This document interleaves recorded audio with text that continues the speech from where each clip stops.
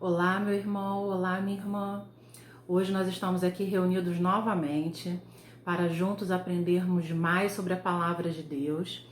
Lembrando que a gente está com a escola dominical funcionante, mesmo nesse período de quarentena, mas de um modo diferente. Então a gente está se encontrando todo domingo, às 9h30 da manhã até às 10h30 pela plataforma Zoom. Mas para quem não tem acesso à plataforma, a gente tem agora uma aula gravada que vai ser disponibilizada todo domingo nas redes sociais da igreja. Então, a gente vai começar nosso estudo de hoje, dando continuidade à primeira aula, que foi no domingo passado. E antes da gente começar, eu vou te fazer novamente aquele pedido, para você ficar num lugar tranquilo da sua casa, confortável, que você possa estar totalmente disponível para ouvir aquilo que o Espírito Santo tem para nos falar nesse momento. Então, põe o celular no silencioso, desliga a televisão. O outro pedido, pega a sua Bíblia, porque a gente estuda a palavra de Deus com a Bíblia na mão. Então, pega a sua Bíblia, deixa pertinho de você e também pega um papel, pega uma caneta, abre o seu aplicativo de bloco de anotações para você poder anotar tudo aquilo que o Espírito Santo vai falar no nosso coração neste momento. Então, esteja preparado para anotar suas reflexões, seus questionamentos, aquilo que o Espírito vai estar lhe ensinando nesse momento, tá bom? Então, temos um acordo, nos próximos minutos aí a gente vai estar juntos para aprendermos mais ainda da palavra de Deus. Então, vamos orar. Senhor, graças te damos. Muito obrigada, meu Pai, por essa possibilidade. Muito obrigada, meu Jesus, porque o Senhor nos ensina, o Senhor tem essa preocupação para que nós possamos estar sempre aprendendo mais da Tua palavra. Meu Pai, visita cada pessoa que nesse momento está tendo acesso a esse estudo, que o Teu Santo Espírito possa estar com todos eles, meu Jesus. Fala aos nossos corações, meu Pai, e nos ajuda a nos aproximarmos mais de Ti. É o que nós pedimos e te agradecemos pelo teu santo nome. Amém. A gente está usando para esses estudos aqui a nossa revista da Escola Dominical, a revista que é preparada pelo Departamento Nacional de Escola Dominical. E o tema desse semestre é Viver com Fé e Sabedoria. Um tema super valioso, né, para o momento que a gente está agora. Nada melhor do que a gente poder aprender a exercitar a nossa fé e a nossa sabedoria nesse momento.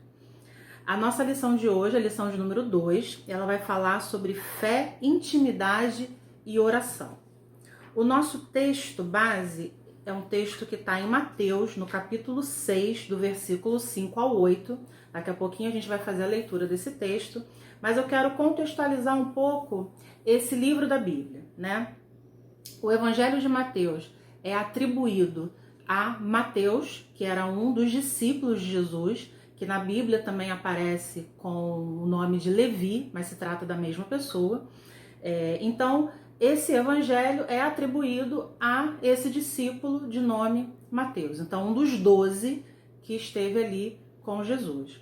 A gente pode, se vocês quiserem, anota aí para conferir depois. Em Mateus, no capítulo 9, do versículo de 9 a 13, e também no capítulo 10, no versículo 3, a gente tem exatamente o momento em que Cristo chama Mateus para ser um dos 12 apóstolos, e no capítulo 10, versículo 3, novamente o nome de Mateus aparece, estando entre os 12. Então, foi esse discípulo de Jesus que escreve o Evangelho, né, de Mateus. O que a gente pode já falar de característica desse autor do livro? Mateus, ele era judeu e ele se converte, né? Ele aceita Cristo como sendo o Messias. Então, o evangelho de Mateus é um evangelho voltado para judeus, para outros judeus, para que eles também crescem que Jesus era o Messias, que Jesus era o Cristo. Era aqueles que eles esperavam que traria a redenção para Israel. Então, o objetivo de Mateus, no seu evangelho, é fazer isso. Por isso que Mateus, ele faz muitas referências ao Antigo Testamento, principalmente referências relacionadas a profecias acerca do Messias. E ele relaciona isso com fatos da vida de Jesus, exatamente para embasar e mostrar que Jesus era realmente esse Messias, que Jesus era esse Cristo. E uma outra característica de Mateus, Mateus ele era cobrador de impostos. Só que no momento em que o Império Romano era quem controlava, né, era quem dominava ali Israel e áreas, né, circunvizinhas. Então, provavelmente, Mateus ele não era bem visto entre os seus, porque um judeu que trabalhasse para Roma, cobrando imposto para o Império Romano, era considerado um traidor, né? Porque ele estava ali representando o Império Romano, cobrando esse imposto que era totalmente destinado a Roma. Então ele não era bem visto, né? Por isso que em Mateus capítulo 9, do versículo de 9 ao 13, a gente vê Jesus chamando Mateus e depois o texto fala que Jesus está na casa de Mateus e Jesus é criticado, né? Porque estava no meio de pecadores. E aí Jesus, com toda a sabedoria e com toda a beleza, né, que Cristo sempre se apresenta, ele fala que ele veio para os doentes e não para os sãos, né? Então a gente vê isso aí, com certeza Mateus se sentia muito agradecido por ter sido chamado por Cristo, né? Por Jesus ter olhado para ele, ter visto muito além de um coletor de impostos, muito além de alguém que parecia que tinha virado as costas para sua pátria, mas Jesus viu um seguidor, né? Jesus viu aquele que também seria pescadores de homens, né? Que também iria trazer outros para essa nova proposta que Jesus trazia, né? Esse evangelho do reino. E não é à toa, né, que a partir do chamado de Mateus e de tudo que Jesus vivencia durante o ministério de Cristo, ele escreve um evangelho para outros judeus, para que eles também crescem que Jesus era o Messias, que Jesus era o Cristo. Então esse é o contexto do livro de Mateus. O nosso texto de hoje, que é Mateus capítulo 6, versículo de 5 a 8, ele está dentro de um segmento do Evangelho de Mateus que é muito conhecido como Sermão do Monte. Isso começa no capítulo 5 e vai até o capítulo 7. Então, o Sermão do Monte foi um discurso que Jesus fez, né? E que ele traz ali vários ensinamentos, né? Traz uma noção de várias coisas que já eram ditas. Então, é no Sermão do Monte que está presente as bem-aventuranças, né? É no Sermão do Monte que Jesus fala que os discípulos são o sal da terra, são a luz do mundo. É no Sermão do Monte que Jesus começa a ampliar o olhar daquelas pessoas para uma nova proposta, né? Então, exatamente no capítulo 5, versículo 17, Jesus fala que ele não veio revogar a lei ou os profetas, mas que ele veio sim para cumprir. Por que Jesus fala isso? Porque Jesus começa a apresentar esse evangelho do reino, ele começa a apresentar esse reino de Deus, trazendo a essência das leis antigas, trazendo a essência daquilo que o povo já conhecia, só que Jesus traz isso agora sob um outro olhar, uma outra ótica. Então, assim, Jesus ele eleva mais ainda o conceito daquelas leis. Então, havia, né, todo um ritual que era específico do judaísmo naquele momento, principalmente para se cumprir, né, os mandamentos. Eram vários mandamentos, então tinha todo um esforço para se cumprir aquilo, mas Jesus ele começa a fazer aquelas pessoas entrarem numa reflexão de que não bastavam ritos, mas sim o que estava no coração, né? A sinceridade de cada um, o que cada um fazia, né? A intenção de concluir aquele rito. Então, Jesus ele propõe, a partir aqui do Sermão do Monte, a gente começa a ver que Jesus, na realidade, ele propõe um novo padrão. Ele não propõe uma nova lei. Não é isso. Por isso que ele fala que ele não veio revogar a lei, ele veio cumprir. Ele propõe, então, um novo padrão. E a gente vê, uma expressão que se repete: ouviste o que foi dito? E aí Jesus fala, Aí, principalmente nesse pedaço, ele fala do adultério, do homicídio, do amor ao próximo, né? Então, ouviste o que foi dito? Aí Jesus cita ali a lei. Eu, porém, vos digo, aí ele eleva mais ainda aquele padrão, né? Então, se a gente pegar aqui no capítulo 5 ainda, quando Jesus começa a falar sobre a questão do adultério, ouviste que foi dito? Não adulterarás. Eu, porém, vos digo, qualquer que olhar para uma mulher com intenção impura, no coração já adulterou com ela. Então, Jesus, ele não nega aquelas leis, ele não nega a existência do pecado ou dessa necessidade da gente estar sempre fazendo essa reflexão e estar sempre buscando se aproximar mais de Deus, mas ele propõe um novo padrão, ele eleva esse conceito, né? Jesus, ele lapida aquilo que já estava ali proposto. E o nosso texto, que é Mateus capítulo 6, né, do 5 ao 8, ele está dentro exatamente de um momento em que Jesus apresenta um novo modelo também.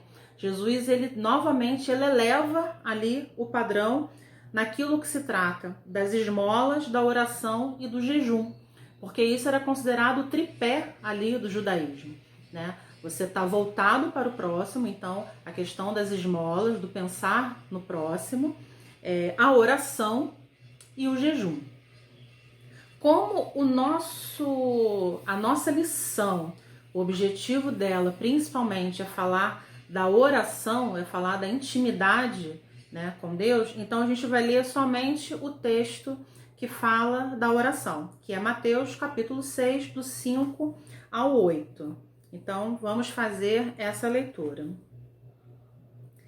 E quando orardes, não sereis como os hipócritas, porque gostam de orar em pé nas sinagogas e nos cantos das praças, para serem vistos dos homens. Em verdade vos digo que eles já receberam a recompensa. Tu, porém, quando orares, entra no teu quarto e, fechada a porta, orarás a teu pai, que está em secreto, e teu pai, que vem em secreto, te recompensará. E orando, não useis de vãs repetições como os gentios, porque presumem que pelo seu muito falar serão ouvidos. Não vos assemelheis, pois, a eles, porque Deus, o vosso Pai, sabe o de que tendes necessidade antes de lhe peçais. E aí o texto ainda continua, e é quando Jesus então propõe, né, um modelo de oração, que é a oração do Pai Nosso, que a gente também conhece. Então vamos olhar cada versículo desse um pouquinho mais de perto, com mais calma. Vamos olhar o versículo 5. O versículo ele fala, e quando orardes. Ou seja, há uma expectativa da parte de Deus para que a gente ore, né? Quando orardes. Não está falando se um dia você orar, né? Na hora da dificuldade que você vai orar. Não. Quando orardes, então isso dá uma noção de que Deus tem essa expectativa de que a gente entre em contato com Ele pela oração. Que a oração vai ser esse momento da intimidade, esse momento em que nós estaremos com Deus e Ele vai estar conosco. Então, quando orardes,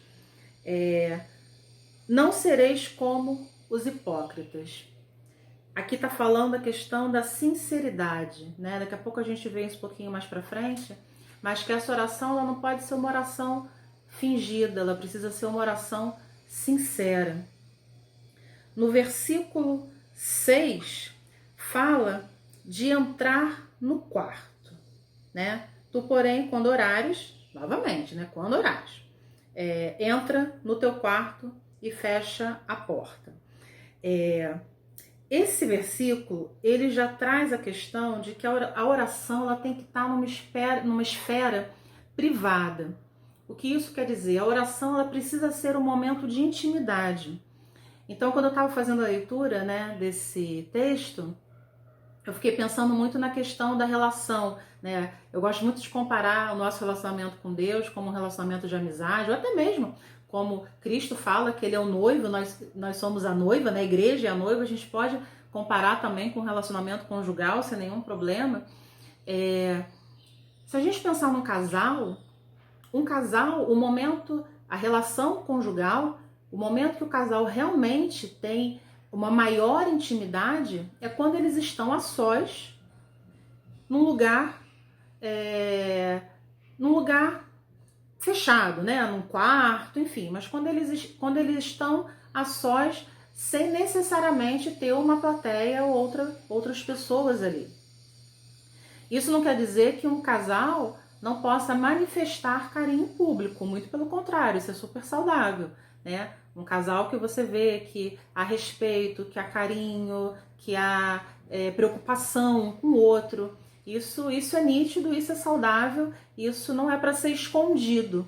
Mas o momento de maior intimidade desse casal vai ser apenas os dois, sem outras pessoas, num lugar reservado. E é isso que Jesus aqui propõe, que a nossa oração seja também esse momento de intimidade com Deus. E aí é interessante pensar que isso não invalida a nossa oração na assembleia, né? A nossa oração nos cultos, a nossa oração em família, a nossa oração com amigos, isso não invalida. Mas isso apenas diz que além destas orações, a gente também precisa ter um momento nosso de intimidade, de oração com Deus. Um momento onde a gente vai estar ali se apresentando diante de Deus, falando com Ele e Ele falando também conosco, falando no nosso coração. Até porque oração, ela não é monólogo. Oração, ela é um diálogo. Nossa, mas eu nunca ouvi a voz de Deus. A voz, eu também não. Mas Deus já falou comigo de diversas maneiras, né? Deus fala dentro do nosso coração. Deus fala no profundo do nosso coração. Naquela hora que a gente expõe o que nós estamos sentindo, na hora que a gente expõe aquela situação, o Senhor, Ele fala conosco, sim. Ele nos acalma, Ele nos tranquiliza, Ele nos exorta, Ele nos aconselha. Então, a oração, ela é um diálogo. E é no momento da intimidade, no momento em que está somente você e Deus, que essa oração que é possível, né, ter esse momento de maior relação. É a hora em que você afunila mais ainda o seu relacionamento com Deus. Então, é por isso que aqui no versículo 6 fala da questão de estar em segredo, né? Entrar no quarto, fechar a porta, é nesse sentido, no sentido da privacidade, para falar que há coisas que a gente só fala ali com Deus, né? Porque é para ser falado só com Deus mesmo. E ainda no versículo 7 agora, fala que orar não é repetir palavras sem significado. Orar não são vãs repetições. O que isso quer dizer? Que a oração, ela tem que fazer sentido para quem fala.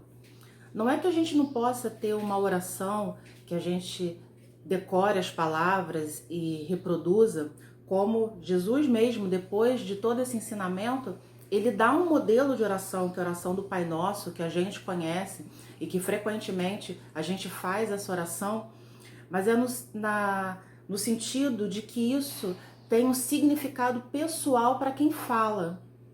Então, a oração, ela precisa ser com palavras que façam sentido para quem está dizendo. Não pode ser uma mera reprodução de alguma coisa, não pode ser um simples decorar, mas ela tem que ter significado pessoal. A oração tem que falar das nossas experiências, das nossas vivências, dos nossos sentimentos. E mesmo dentro da oração do Pai Nosso, que nós fazemos muitas vezes, a gente tem que falar realmente reconhecendo cada frase que está sendo dita, cada expressão que tem na oração do Pai Nosso. Nós precisamos orar apresentando a Deus com tudo aquilo tendo um sentido pessoal para a gente. Pai nosso que estás no céu, santificado seja o seu nome. Esse é um momento de adoração dentro da oração. Então, na hora que a gente fala, a gente tem que realmente estar com o nosso coração voltado para adorar a Deus. Venha o teu reino. Então, a gente reconhece que tudo isso pertence a Deus, porque foi Ele que fez todas as coisas. Faça-se a sua vontade. A gente reconhece a soberania de Deus, que a vontade de Deus é soberana a qualquer outra vontade e que é a vontade de Deus que vai prevalecer, porque é Ele que tem pensamentos de paz e não de guerra ao nosso respeito. O pão nosso de cada dia nos dai hoje. A gente reconhece que todo o nosso sustento, toda a nossa provisão, ela vem de Deus. Perdoa as nossas dívidas como nós perdoamos aos nossos devedores. Aqui a gente está afirmando que nós somos perdoadores. Nós pedimos perdão, mas também nós afirmamos diante de Deus que nós somos pessoas que perdoam, que nós somos perdoadores de outras pessoas. Não nos deixes cair em tentação, mas livra-nos do mal. Nós reconhecemos que somos falíveis, que somos passíveis de tentação, reconhecemos que somos frágeis, que somos fracos e que só vencemos essas tentações a partir da presença de Deus na nossa vida, a partir do Espírito Santo na nossa vida. Pois teu é o reino, o poder e a glória para sempre. Então, novamente, nós declaramos que todas as coisas vêm de Deus, que Deus é esse ser onisciente, onipotente, onipresente, que pode todas as coisas. Então, por isso que a oração ela não pode estar baseada em vãs repetições, não pode ser uma coisa sem sentido, mas ela precisa fazer sentido. No versículo 6, também fala que aquele que o busca em secreto te recompensará. E no 8, fala que o nosso Pai sabe de todas as nossas necessidades antes que a gente peça. Então, isso pode ficar até um pouco contraditório, né? Se Deus sabe tudo antes de eu pedir, então por que eu vou orar, né? Por que eu vou ter esse momento com Deus? Porque, como eu falei, oração, ela é diálogo. E Deus, ele gosta, vamos colocar dessa forma para ficar fácil a compreensão, quando a gente deposita nele as nossas expectativas, as nossas ansiedades. Então, isso faz parte da relação. Eu chegar para Deus, mesmo tendo a certeza que Ele já sabe tudo o que eu preciso, mas mesmo assim eu falar com a minha boca, eu confessar, eu pedir. Isso é diferente do que partir do princípio de que Ele sabe e vai me ajudar. Vamos voltar novamente para a questão do relacionamento. É totalmente diferente a hora que eu chego para alguém e peço ajuda e eu falo, preciso de você, me ajuda. É totalmente diferente do que eu ficar esperando, eu não gosto de pedir ajuda. A pessoa tá vendo o que eu tô passando, se ela quiser, ela me ajuda. Percebe como é diferente? E é isso que Deus, ele quer motivar na gente, essa relação próxima, essa relação de cuidado mútuo. Ele sabe o que a gente precisa, mas ele gosta que a gente diga a ele o que a gente precisa. Ele gosta que a gente confie nele a esse ponto de chegar e falar tudo que a gente precisa, tudo que a gente necessita. Então, a oração, ela é esse combustível que move a nossa vida espiritual. O combustível é aquilo que faz alguma coisa caminhar, alguma coisa funcionar, alguma coisa sair do lugar. A oração é a mesma coisa. Ela é esse combustível que vai fazer a gente se movimentar, que vai fazer a gente crescer espiritualmente, que vai fazer a gente se aproximar de Deus.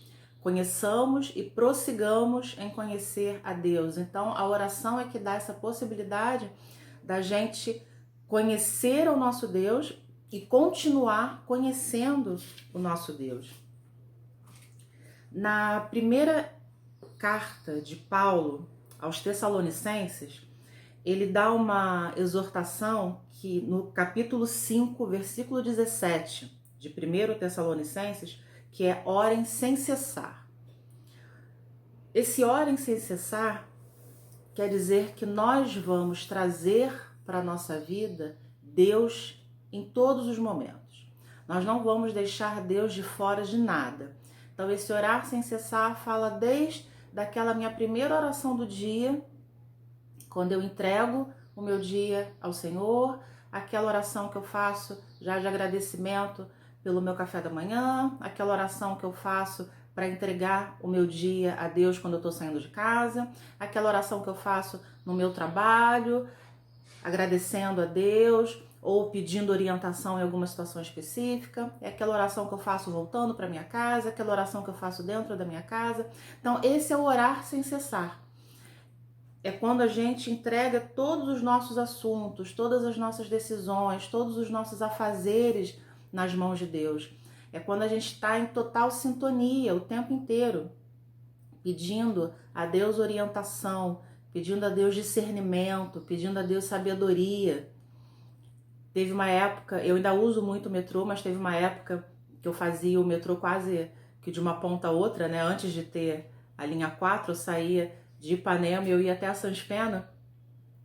E eu brincava naquela época que eu ia fazer um livro, Eu e Deus no metrô. Porque aquela foi uma fase que eu tive grandes diálogos com Deus, grandes conversas com Deus naquele trajeto do metrô, entre uma parada e outra, e aí o trem para e espera liberar. Então era um trajeto que durava um certo tempo, e ali como eu orei, como eu falei com Deus naquele momento e como Deus me respondeu. Eu tive respostas maravilhosas de orações, de dúvidas, de questionamentos que eu fazia a Deus naquele trajeto. Então eu brincava que eu escrevia um livro, Eu e Deus no metrô. Então é isso, a todo momento a gente está nessa sintonia. Não pense que você vai cansar a Deus em buscá-lo toda hora. Pelo contrário, é isso que Ele espera. É o quando orardes, não é se orar. Quando você orar, eu vou estar aqui. Então, e Deus, Ele quer esse quando a todo momento. Ele quer que isso aconteça com frequência. Então, quando a gente orar, a gente precisa voltar o nosso pensamento a Deus com sinceridade. Por isso que Jesus aqui fala no texto que nós lemos dos hipócritas que oram em pé nas praças, nas sinagogas. O orar em pé era um costume da época, as orações eram feitas de pé. Mas por que Jesus chama de hipócrita? Porque não havia sinceridade, era muito mais para chamar a atenção. Então, o que Deus espera de nós é que a nossa oração ela seja sincera, ela seja de coração. Se tem alguém que a gente não manipula, é Deus. Não tem como mentir para Ele, não tem como enganar. Ele sabe o que está dentro do nosso coração. Às vezes, nem a gente sabe. Às vezes, os nossos sentimentos estão tão confusos que nem a gente sabe o que está se passando. Mas até isso a gente pode pedir a Deus. Senhor, discerne o meu pensamento, discerne os meus sentimentos. Eu estou sentindo tanta coisa, tanto desconforto, mas eu nem sei o que é, nem sei de onde vem, me ajuda. Então, essa sinceridade que a gente tem que ter diante de Deus. A oração também é um momento que a gente reconhece que Deus pode mudar toda e qualquer situação. Então, quando nós lemos na primeira aula o texto de Hebreus capítulo 11, nós fizemos a leitura de todo o capítulo, fala que aquele que se aproxima de Deus tem que se aproximar com confiança, crendo que Ele existe e que recompensa aquele que os buscam. Então, esse momento da oração é o momento que nós confiamos em Deus e nós falamos para Ele que Ele é capaz de mudar a nossa situação, é capaz de mudar aquilo que a gente passa. Então, esse momento da oração ele tem que ser com certeza, ele tem que ser com fé.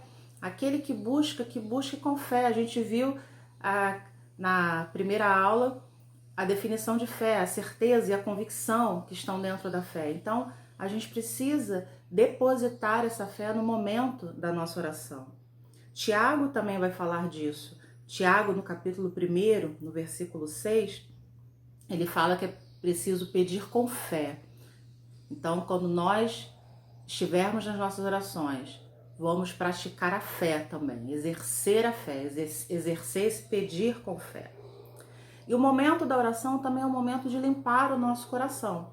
A gente viu aqui na oração do Pai Nosso que há um momento em que Jesus, ele orienta que a gente declare as nossas faltas, assim como nós também perdoamos. Então, que a gente peça perdão a Deus pelos nossos pecados, assim como nós também somos essa pessoa perdoadora.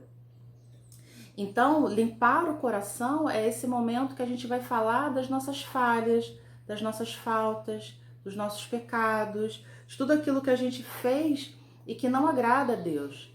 Seja em atos, em comportamentos, em pensamentos, em palavras, mas aquilo que a gente sabe que desagrada a Deus. Eu ouvi essa expressão uma vez, eu guardei porque eu achei muito interessante, que a gente não pode pecar no varejo e confessar no atacado. Então, o que a pessoa que disse isso estava querendo ilustrar? A gente comete vários pecados, né? Pecado de ira, pecado de inveja, pecado da mentira e por aí vai, né? A gente comete vários pecados. E não adianta, não é que não adiante, né? Mas não é o ideal, na hora da oração, eu simplesmente, Senhor, perdoa todos os meus pecados. Como assim todos, né? A gente não pecou um a um? Então vamos confessar um a um. Senhor, perdoa o meu pecado da ira naquele dia com aquela pessoa que eu falei aquilo. Me dá sabedoria para agir com ela novamente, para agir no meu dia a dia. Senhor, perdoa o meu pecado da inveja, porque eu murmurei naquele dia, eu blasfemei, eu fiquei na dúvida por que ela tem e eu não tenho, por que ele tem e eu não tenho. Perdoa o meu pecado da inveja. Então, a gente não deve, já que a gente peca no varejo, a gente não deve confessar no atacado. A gente deve confessar um a um, porque isso também, isso fala da nossa sinceridade. A gente expõe a nossa emoção e a gente tem a possibilidade de falar para Deus realmente o que a gente está sentindo, o que está doendo, o que aquele pecado, o que ele me trouxe também de reflexão. Pecado é errar o alvo, né? Por que aquilo ali está me fez naquele momento errar o alvo, que é Cristo? Então, traz essa possibilidade pra gente, quando a gente pode confessar as nossas falhas uma a uma, quando a gente pode falar das nossas falhas uma a uma, sem segredo, sem vergonha. A gente não precisa ter vergonha de falar com Deus, a gente não precisa ter medo, a gente tem que ter confiança. Confiança nesse Deus que é abençoador, nesse Deus que é amor, nesse Deus que é misericórdia, nesse Deus que é perdoador, nesse Deus que é amoroso e que vai nos exortar porque nos ama, que vai nos corrigir porque nos ama, porque não quer que a gente se perca, porque não quer que a gente se afaste dele. Então, a gente deve trazer a Deus as nossas falhas sem esconder nenhuma, sem vergonha, sem omitir, mas com a certeza de que Ele vai nos perdoar e assim também como nós vamos assumir o compromisso de não errar mais ou de estar sempre avaliando os nossos erros para a gente não cair novamente nos mesmos pecados, nos mesmos problemas, mas a gente pode e deve falar a Deus, agir com Deus com total sinceridade.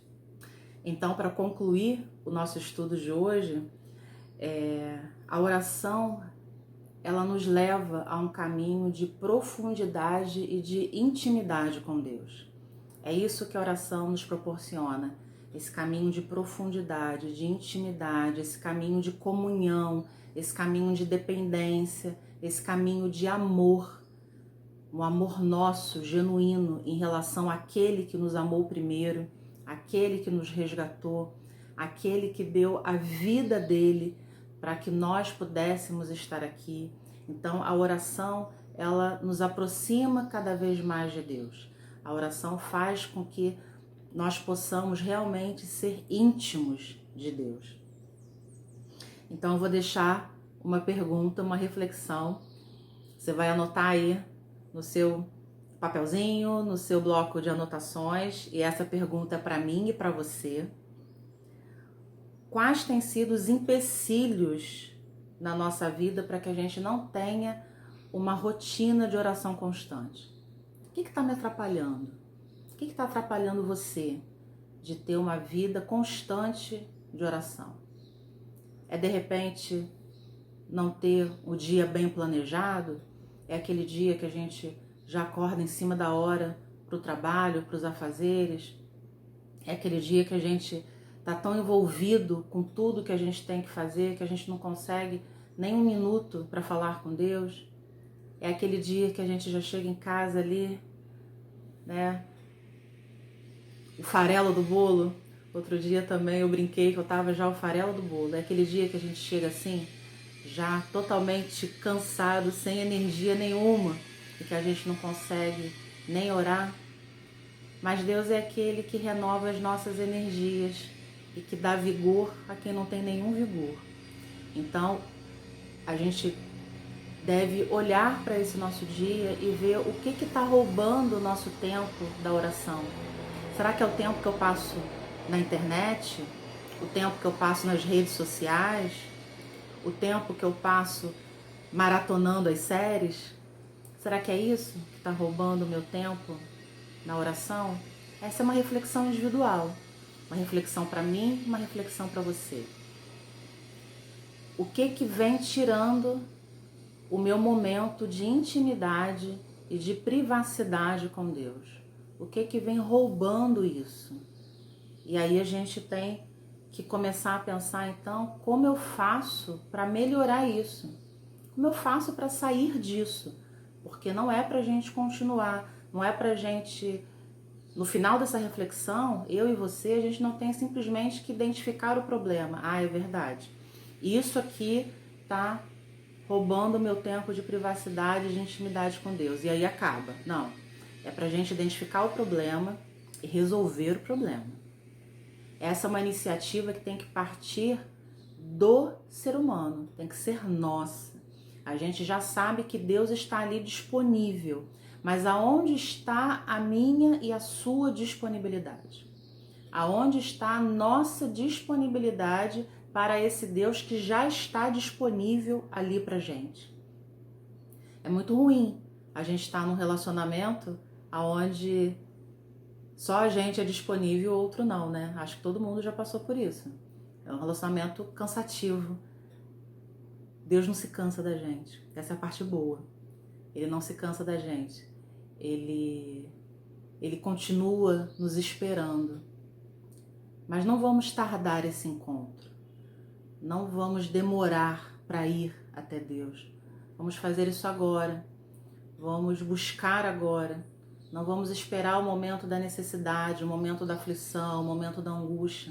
Vamos buscar a Deus enquanto a paz, enquanto a tranquilidade, enquanto há coisas para agradecer. Sempre teremos coisas para agradecer, mas vamos ter o hábito de falar com Deus independente da dificuldade, independente das petições, mas que a nossa oração possa ser oração de agradecimento, não apenas uma oração de petição. E aí eu vou deixar o dever de casa, igual eu fiz na primeira aula, que é a leitura da semana, para você continuar aprofundando o tema da oração, da fé e da intimidade com Deus. Hoje nós lemos Mateus capítulo 6, do versículo 5 ao 8. Segunda-feira você vai ler Mateus capítulo 6, do versículo 1 ao 4. Na terça-feira você vai ler Mateus do capítulo 6, do versículo 9 ao 18. Na quarta-feira você vai ler Jeremias capítulo 29, do versículo 11 ao 13. Na quinta-feira você vai ler Tiago, capítulo 5, do versículo 13 ao 18. Na sexta-feira, Mateus, capítulo 26, versículo 36 ao 45. E sábado, Lucas, capítulo 11, versículo de 1 a 3. Perdão? Lucas, capítulo 11, versículo de 1 a 13. Então essa é a leitura da semana. Ore a Deus antes de fazer a leitura, para Ele abrir seu coração, sua mente. Ore a Deus quando terminar, agradecendo aquilo que Ele lhe falou durante essa leitura. E vamos inserir a oração como hábito diário constante na nossa vida. Então, vamos orar para a gente poder encerrar a nossa aula. Senhor, graças te dou por todas as coisas. Muito obrigada, meu Jesus, porque o Senhor conduziu esse estudo, porque o Senhor está conosco todos os dias, porque é o Senhor que nos fortalece, é o Senhor que renova as nossas forças. Muito obrigada, meu Pai. Desperta em nós esse desejo de ter uma vida de intimidade e de profundidade, meu Senhor, contigo. Muito obrigada, meu Pai, por esses momentos que o Senhor tem possibilitado que nós possamos aprender mais da Tua Palavra. É o que eu te peço e te agradeço pelo Teu santo nome. Amém. Bom domingo para você, excelente semana e a gente se encontra domingo que vem. Um forte abraço e fica com Deus.